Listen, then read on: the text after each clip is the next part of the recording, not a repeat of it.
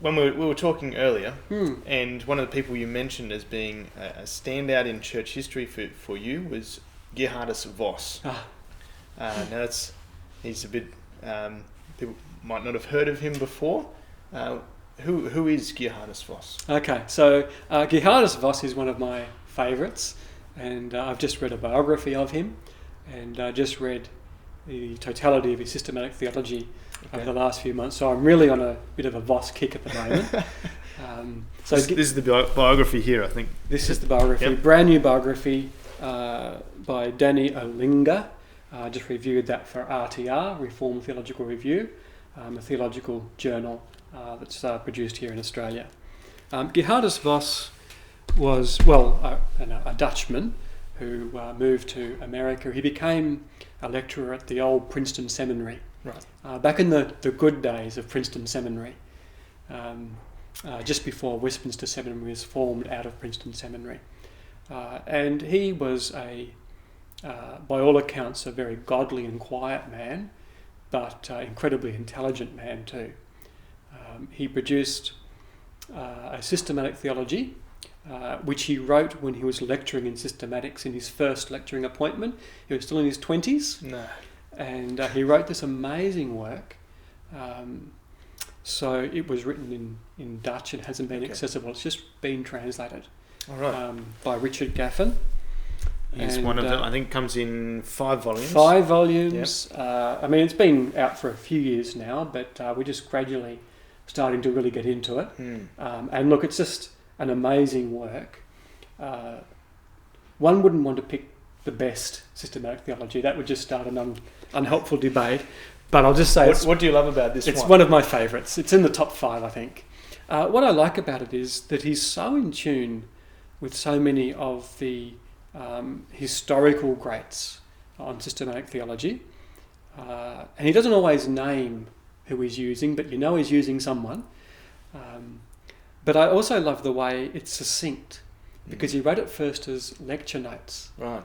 And he can summarise what other people write in many pages. He has it in a condensed form. There is another great work of systematic theology which is not so popular perhaps in Australia, by a chap called Turretin from back in the 17th century. Sproul recommends that highly. Okay. So look, I know I don't think you get through a Westminster Seminary course in theology without getting into Turretin. But Turretin is really, really long. And I've waded through that too. 3 thick volumes. It's thick and it's dense in the best possible sense. It's thick. Look, Vos is Turretin made accessible. And that's how I see it. And I wondered the extent to which he had Turretin open in front of him when he wrote. So Turretin simplified is Geerhardus Vos. The Old Testament link here is that, if I'm allowed to ask myself a question, Vos started with his systematic theology, but then he wrote a work that's called Biblical Theology. Biblical theology is very popular at the moment, and in Australia. Everyone's writing on biblical theology. I love biblical theology. This is tracing the story through, the unfolding of God's revelation. Goldsworthy is excellent. The guy who made it popular, right? He made it popular here in Australia. Yeah. He's an excellent author. But let's understand, in the modern era, the father of biblical theology, as he's been termed, is actually Geerhardus Vos. Right.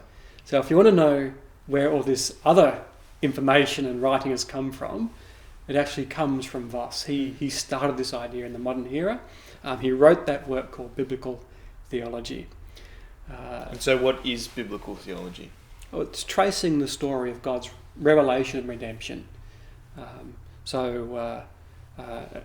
I said before, God didn't just front up in history and say, here is the full plan. He didn't just send Christ at the beginning. He started out with this small truth and said, I'm going to send the seed. And he'll bring you back to Eden and better. And then he gradually explains that. So it's this progressive revelation. So you're tracing themes from book to book and seeing the way the story is gradually unfolded and developing. with that organic unity. It's like a seed that blossoms over time. And so it was Vos who pioneered this new field. I like to take my Old Testament students back to Vos. It's not quite so easy. The languages are getting a bit old now, but it's certainly worthwhile to go back to the beginning of this movement and to see where what we have today came from. So that's fascinating, because you're saying Vos fathered biblical theology, but was also deep in systematic theology. Yes. How do these two slightly different disciplines come together? Yeah, well, look, this is another reason why I like to talk about Vos, because he does have both. And there are some who seem inclined to want to divorce these two things and to say that biblical theology is really where it's at and just focus on that. So go back to the father of it and to see that these two things worked closely together. And in fact, it's probably because he knew his systematics so well that he could go and talk so coherently and compellingly about the individual parts of the Bible. Systematics and biblical theology do work hand in hand. Biblical theology is looking at how God's revealed himself in history. So God interacting with history. But remember that God is one, God is eternal. So we want to transcend the individual moments of history to get the overarching truth. And that's systematic theology. It's taking the whole of the Bible together. You can't understand the whole without looking at the part, but you can't understand the part without seeing the whole. What's that old hermeneutical principle of interpreting Scripture in the light of Scripture? So you need to know the whole to know what the individual part is saying and to know how that fits in. So